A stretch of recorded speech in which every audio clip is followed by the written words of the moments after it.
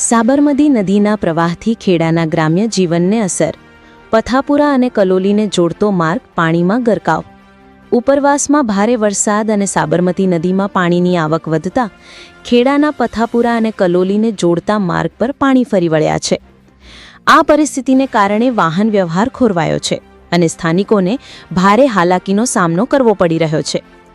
નદીના પાણી ફક્ત રોડ પર જ નહીં પરંતુ પથાપુરા અને કલોલી સીમ વિસ્તારના નીચાણવાળા ખેતરોમાં પણ ઘૂસી ગયા છે.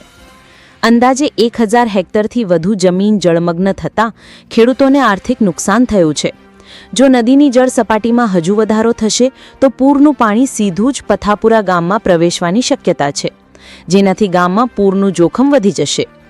પાણી રોડ પર ફરી વળવાને કારણે વાહન વ્યવહાર ઠપ્પ થઈ ગયો છે. 2 વ્હીલર કે 4 વ્હીલર વાહનોને બદલે ટ્રેક્ટર પર અવરજવર કરવી પડે તેવી સ્થિતિ સર્જાઈ છે. આ પરિસ્થિતિને ધ્યાનમાં રાખીને તંત્ર દ્વારા લોકોને બિનજરૂરી અવરજવર ટાળવાની સૂચના આપવામાં આવી છે.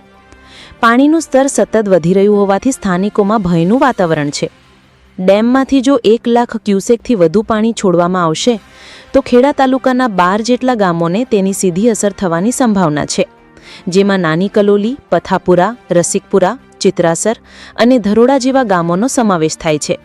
આ સંભવિત પૂર જેવી પરિસ્થિતિને ધ્યાનમાં રાખીને ખેડા પ્રાંત અધિકારી સૂરજ બારોટ અને મામલતદાર જે.કે. ખસિયાએ આજે પથાપુરા ગામની મુલાકાત લીધી હતી અને સ્થિતિનો તાગ મેળવ્યો હતો.